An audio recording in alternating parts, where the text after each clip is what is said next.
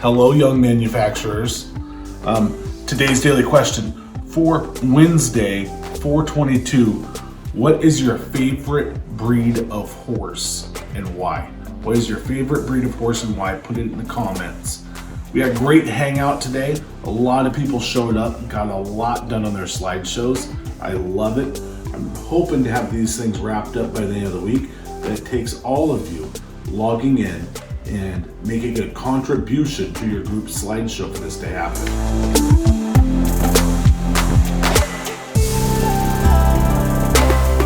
Your assignment for today is to add a slide about lean manufacturing. That's a term used in manufacturing, lean, as in like slender, lean, without fat, lean.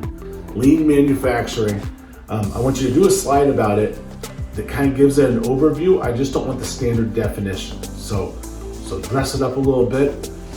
Your whole group should be able to contribute in some way.